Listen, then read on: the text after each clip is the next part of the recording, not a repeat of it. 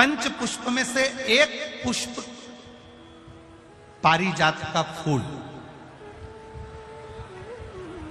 जिसको हार श्रृंगार का फूल भी कहते हैं, जिसको शिडली का फूल भी कहते हैं, पारिजात, हार श्रृंगार। मैं निवेदन करूंगा आस्था चैनल से कि पारिजात का जो पुष्प है उसका दर्शन भी आप सभी श्रोता भाई बहनों को टीवी के माध्यम से कराते जाएं। जितने लोग टीवी पर कथा सुन रहे हैं, जितने लोग फेसबुक यूट्यूब पर कथा सुन रहे हैं, वो भी इस पारिजात के फूल का दर्शन अवश्य करें। और एलईडियां लगी हुई हैं, उन पर भी आप आराम से पारिजात के फूल का दर्शन कर सकते हैं। पारिजात का पुष्प, हार श्रृंगार का फूल, ऊपर से सफेद, नीचे जो उसकी डंडी होती है वो थोड़ी नारंगी होती है, संतरे के कलर की होती है, नारंगी कलर। महाराज,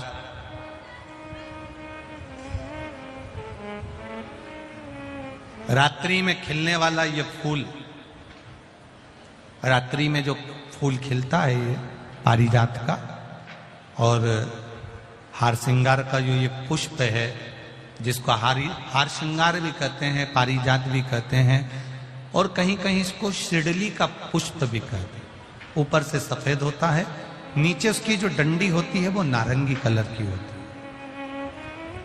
शिव कथा कर रही, शिव महापुराण का चरित्र कर रहा। जिस समय पर संतान की प्राप्ति नहीं होती या किसी कारणवश, किसी कारण से हमारे यहां वंश की वृद्धि नहीं होती, तब देवाधिदेव महादेव की आराधना पारिजात के फूल से करी जाती है।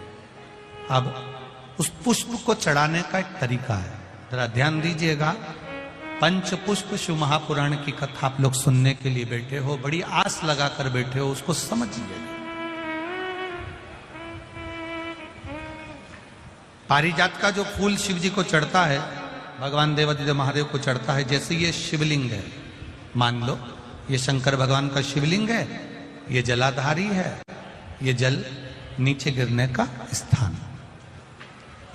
आप लोगों ने पहले कथा सुनी है ना सबने, आपको सबको मालूम होगा। राइट में गणेश जी का स्थान, लेफ्ट में कार्तिकेय का स्थान, बीच में अशोक सुंदरी की जगह। जहां पर यह शिवलिंग रखा है वो माता पार्वती जी का हस्त कमल, शिवलिंग के रूप में, शंकर भगवान के रूप में यह शिवलिंग है। ऊपर से जो एक एक बूंद जलाधारी नीचे गिरती है वो शंकर भगवान की 5 लड़कियां, जया, विषहरा, श्यामली बारी, दौतली और देव, ये शंकर जी की 5 बेटियां हैं। वंश वृद्धि के लिए, कार्य सिद्धि के लिए, वैभव प्राप्ति के लिए, या अपने हृदय की सुख समृद्धि के लिए, संतान प्राप्ति के लिए पारिजात, हार श्रृंगार के फूल की शिव जी को आराधना होती है। हार श्रृंगार का जो पुष्प होता है, अशोक सुंदरी वाली जगह पर हम पारिजात के पुष्प को समर्पित करते हैं।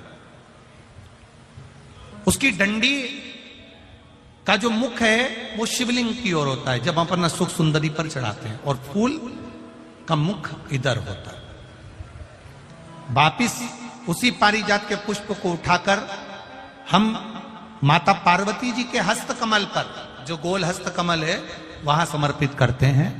उस जगह पर माता पार्वती जी की ओर से जो पुष्प समर्पित किया जाता है, उसकी डंडी पारिजात की हमारी ओर होती है, पुष्प का मुख महादेव की ओर होता है। तीसरी जगह जब हम पारिजात के पुष्प को अशोक सुंदरी पे से उठाकर जगत जननी के हस्त कमल पर रखते हैं, हस्त कमल पे से उठाकर देवाधिदेव महादेव के शिवलिंग पर रखते हैं, उस समय पर पारिजात के पुष्प की डंडी शिवलिंग के ऊपर होती है और फूल का मुख अपनी ओर होता है। इस जगह पर पारिजात के पुष्प की डंडी के केसर से ही महादेव को त्रिपुंड लगाया जाता है और महादेव से प्रार्थना करी जाती है। अब पारिजात के फूल का केसर कैसे बनाना है वो भी एक बार आप लोग अच्छे से समझे। जैसे मान लो अभी पारिजात का तो फूल यहां पर नहीं है, पर आप टीवी पर दर्शन कर रहे होंगे। पारिजात पुष्प की जो पीछे की डंडी होती है, फूल सफेद और पीछे जो डंडी होती है नारंगी कलर की, केसरिया कलर की, उसको तोड़ लिया जाता है। तोड़कर ऐसी 25-50 फूल की पीछे की डंडी को तोड़कर उसको रख दिया जाता है। उसको धूप में नहीं सुखाते, केवल घर में उसको एक कटोरी में या थाली में रख दो, वो धीरे धीरे सूख जाएगा। सूखने के बाद उसको पीस लो, पीसकर उसका चंदन तैयार हो जाएगा पारिजात फूल की उस डंडी का। और जिस समय वंश के लिए, सिद्धि के लिए, कार्य सिद्धि के लिए या वैभव प्राप्ति के लिए हम पारिजात का पुष्प देवादिदेव महादेव को समर्पित करते हैं, उस समय इसी को पानी में घोलकर देवादिदेव महादेव को जब आप लगाएंगे तो जैसे केसर घुलती है, केसर का जैसे कलर होता है, केसर जैसी सुगंध करती है, वैसे की वैसे ही ये पारिजात की जो डंडी आप लोगों ने सुखाई है, वही डंडी का जो चंदन बनाया है, शिव जी को लेपन करा है, उस समय पर अपने हृदय की बात आपने जो देवादिदेव महादेव को कही है, बस वही सुगंध हमारे जीवन में आना प्रारंभ हो जाती है। वो पारिजात हार श्रृंगार